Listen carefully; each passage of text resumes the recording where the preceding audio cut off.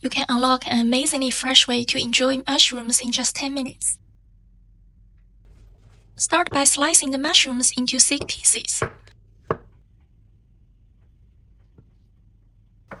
Once the water in your steamer is boiling, place the mushrooms in.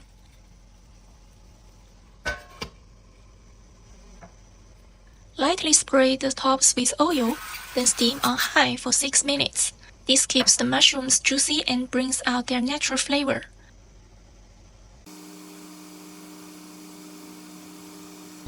While they are steaming, chop some fresh coriander.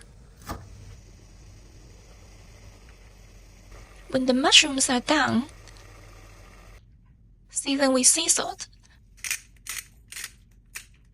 a drizzle of sesame oil,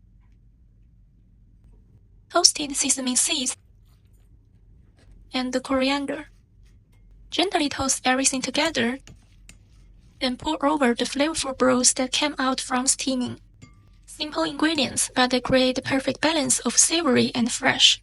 Thanks for cooking with me. Like and subscribe to Bay's Kitchen. See you next time.